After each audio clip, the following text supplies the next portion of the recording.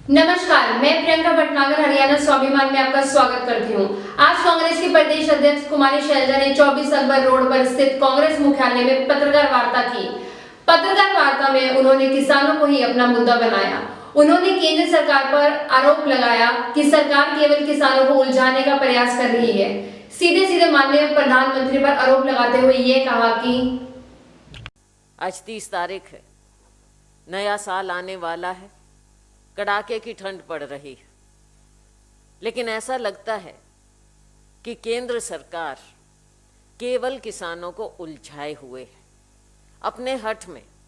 जहां ये तक कह दिया जाए कि झुकने वाले नहीं हैं, तो इस चीज़ को जो प्रेस्टीज पॉइंट बना ले तो वो कैसे आगे बढ़ सकते हैं?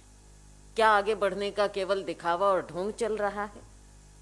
नया साल आ रहा है, हमारी डिमांड भी है और हमारा अनुरोध भी है सरकार से, केंद्रीय सरकार से, कि राजहट छोड़ें, लोकतंत्र में आम लोगों की, किसानों की, मजदूरों की बात सुने। 62 करोड़ किसान जो कृषि पर आधारित है, किसान मजदूर जिसकी जीविका उस पर आधारित, और देश भर के 139 करोड़ जनसंख्या उन पर निर्भर हैं। देश की अर्थव्यवस्था हमारे कृषि क्षेत्र पर निर्भर है। हमारी अर्थव्यवस्था तहस नहस हो गई है। तो क्या ये राजहट उचित है साथियों? बात ये है, मूल बात यही है कि आज एक बार फिर आपने किसानों को बुलाया है। हम उम्मीद करेंगे, हम आग्रह करेंगे, हम मांग कर रहे हैं कि इस सरकार को अपना हट छोड़ना चाहिए। किसानों की बात को, हमारी बात को मानना चाहिए। तीनों काले कानून पहले खत्म करें और उसके बाद नए सिरे से एक नई शुरुआत नए साल में करें। देश को सौगात दें, किसान मजदूर को नए साल की सौगात दें।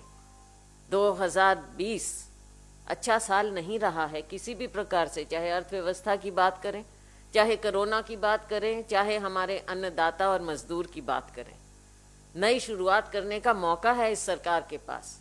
अपना हट छोड़कर आगे बढ़ें।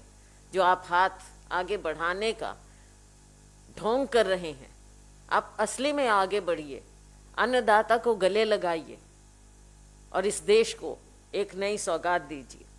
साथियों, आपने बहुत सी बातें इस सरकार ने कही हैं कि हम ये करने को तैयार हैं, वो करने को तैयार हैं। कभी हमारे ऊपर लांछन लगाए जाते हैं कि ये तो कांग्रेस पार्टी गुमराह कर रही है। अलग अलग जगह जो भी बात, मैं हरियाणा के बारे में आपको कहना चाहूँगी कि हमारा किसान, हमारा मजदूर आज इतना ज़्यादा एजिटेटेड है, दुखी है, सड़कों पर है, जगह जगह पर, ना केवल दिल्ली के आसपास लेकिन हरियाणा भर में जगह जगह पर हमारा किसान और मजदूर बैठा हुआ है, हड़ताल कर रहा है, अपनी आवाज़ सुना रहा है। लोग उनके साथ जुड़े हुए हैं, सारा देश उनके साथ जुड़ा हुआ है। ये भारतीय जनता पार्टी सरकार का प्रोपेगेंडा कुछ भी हो, लेकिन आज के दिन जो भारतीय जनता पार्टी की सरकार है वो लोगों में अपना मत खो चुकी है। हमारे यहाँ 10 से ज़्यादा किसान अपनी जान दे चुके हैं हरियाणा के। सरकार को चाहिए, आगे बढ़ना चाहिए, उनके परिवारों को मुआवजा दें, कहीं नौकरी की बात करें। किसानों को आप दिखाइए कि किसान भी आपका हिस्सा है, हमारा हिस्सा है। हरियाणा की सरकार एकदम इस बात में पीछे हट चुकी है। कायदे से हमारे मुख्यमंत्री को, क्योंकि हरियाणा कृषि बाहुल्य प्रदेश है, हमारे मुख्यमंत्री को डेलीगेशन ले जाकर माननीय प्रधानमंत्री जी से मिलना चाहिए था। हरियाणा के किसान मजदूर की पीड़ा वो माननीय प्रधानमंत्री जी को बताते, कोशिश करते उनको समझाने की, क्योंकि दिल्ली में बैठे इनको सारी बातें नीचे की नज़र नहीं आती है, बहुत ऊंचा बैठे हैं, ज़मीन की बात नज़र नहीं आती।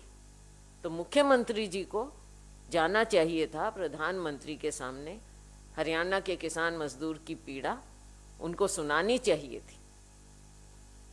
आप देखते हैं कि हरियाणा में कितने विधायक, चाहे रूलिंग पार्टी के हों, रूलिंग पार्टी के सपोर्टिंग पार्टी के हों, निर्दलीय हों, कितने लोग आज के दिन समय समय पर अपने आप को किसानों के साथ जुड़ता हुआ दिखा रहे हैं, लेकिन ये सरकार उनकी भी नहीं सुन रही। तो सरकार को तो आप देखते हैं इनकी कार्यशैली, जो एक तानाशाह सरकार होती है, जो हर बार कोई ना कोई फरमान जारी कर देती है बिना लोगों से बात किए। इसमें कोई शर्म नहीं होनी चाहिए, कोई प्रेस्टीज पॉइंट, कोई ईगो नहीं होना चाहिए। देश की बात है, अन्नदाता मजदूर की बात है।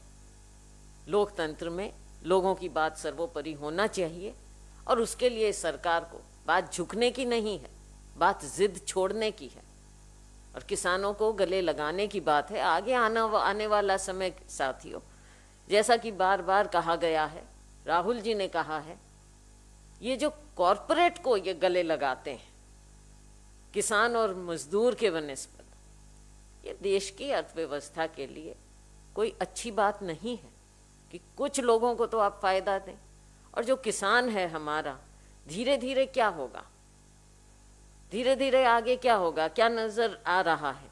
आप मंडियां खत्म कर रहे हैं, प्रोक्योरमेंट कैसी होगी? जो हमारा गरीब इंसान है उस तक आप राशन, दाने, आटा कैसे पहुंचाएंगे? प्रोक्योरमेंट आप करेंगे नहीं, मंडियां खत्म हो जाएंगी।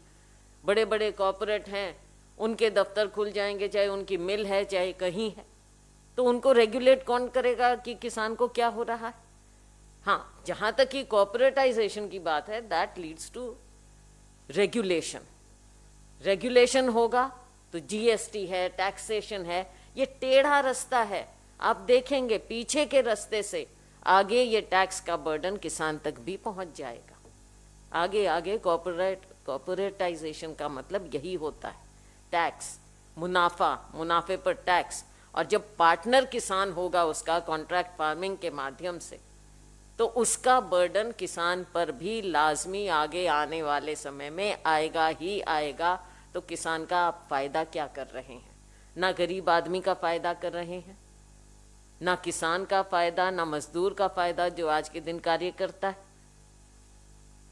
नागरिक का फायदा नहीं, केवल कुछ चंद कॉर्पोरेट लोगों का फायदा। मुनाफा नहीं, मैं तो कहूंगी मुनाफाखोरी की ओर जाएगा, काला बाजारी की ओर जाएगा। जो होर्डिंग होती थी वो होगा। तो साथियों, हमारी मांग है, क्योंकि मेरा प्रदेश,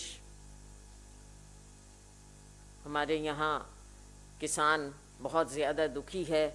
हम चाहेंगे कि हमारी आवाज़ इस सरकार, जो ये बहरी और अंधी सरकार हो चुकी है, उस तक पहुँचे और किसान को नए साल का, देश को एक तोहफा मिले। सभी अपने घर जाएं, सभी लोग पनपें, फलें, फूलें और ये देश आगे बढ़े, यही हम उम्मीद करते हैं। बहुत बहुत धन्यवाद। सटीक, स्पष्ट, बेबाक खबरों को जानने के लिए बने रहे हरियाणा स्वाभिमान के साथ। धन्यवाद।